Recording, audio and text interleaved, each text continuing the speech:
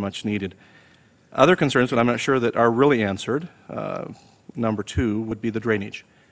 I do believe probably your system will work, but one of the complications of the system working is that because it is percolating or permeating asphalt, it's going to carry with it all of those things which we probably really don't want to be in the groundwater.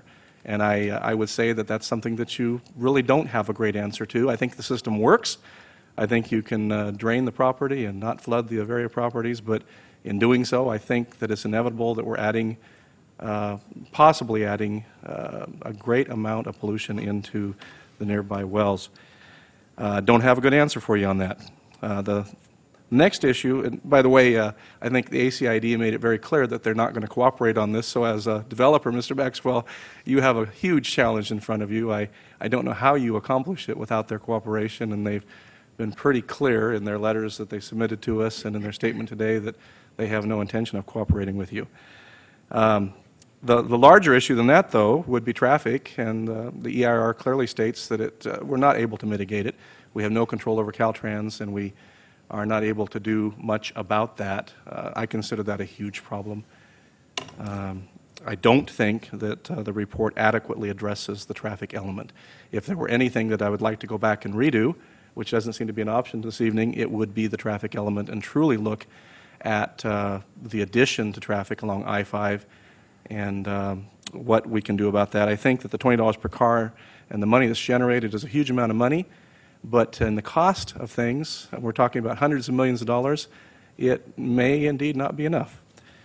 The larger issue, though, here, but the one that I can't get over, is that once we approve this, and you've heard it said several times today, I am absolutely convinced beyond a shadow of a doubt that this will open the door to continued development, because that's what happens. I could actually approve this project and be assured that adjacent parcels would not develop. I'd be willing to make that fair trade. I think that the price to be paid here, and I say this to my many friends who want me to vote yes on this for the sake of finances, I think the price to be paid here is simply too much. So I'm not going to support this project. I will tell you, however, there is another solution that I will support when it comes here. We will be looking at impact fees. I believe the County of Shasta has lost literally tens of millions of dollars in impact fees that could be staffing our new jail when we build it, and we will build it, and could be taking care of problems like we have heard addressed here this evening, but we have been remiss in not doing so. That's winding its way to the board. When it gets here, I will support the impact fees, because I do believe that development should pay its own way. That is how I would prefer to finance future growth. With that, I'm going to stop. I could probably talk all night long, but I will say that I simply can't support the project for that one consideration. It uses an interesting word. What is the word that it uses? Cumulative loss. Made many decisions, or I have certainly used as an understanding of planning, and that is, if you plan right and if you make the right decisions, then you will ultimately receive more income and better, better is the wrong word, but you will ultimately develop in a way that is more economical and reap more benefits, as well as preserve a way of life. I think that when you do that, you have to look at what is unique about Shasta County.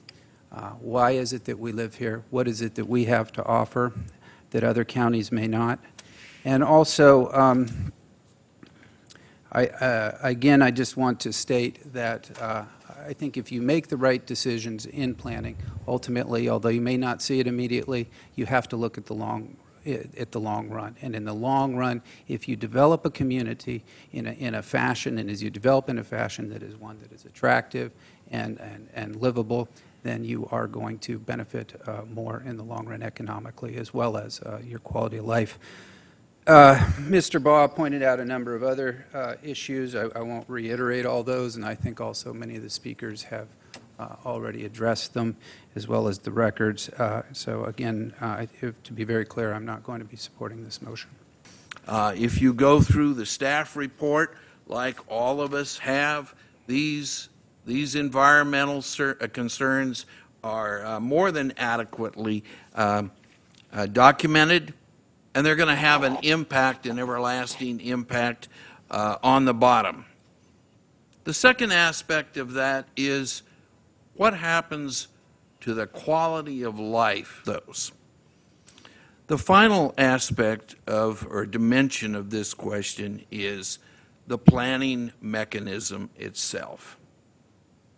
It has been suggested to us this evening that we invoke a general plan amendment as opposed to the creation of a specific plan that will address the totality of needs, business inclinations, and visions of the bottom.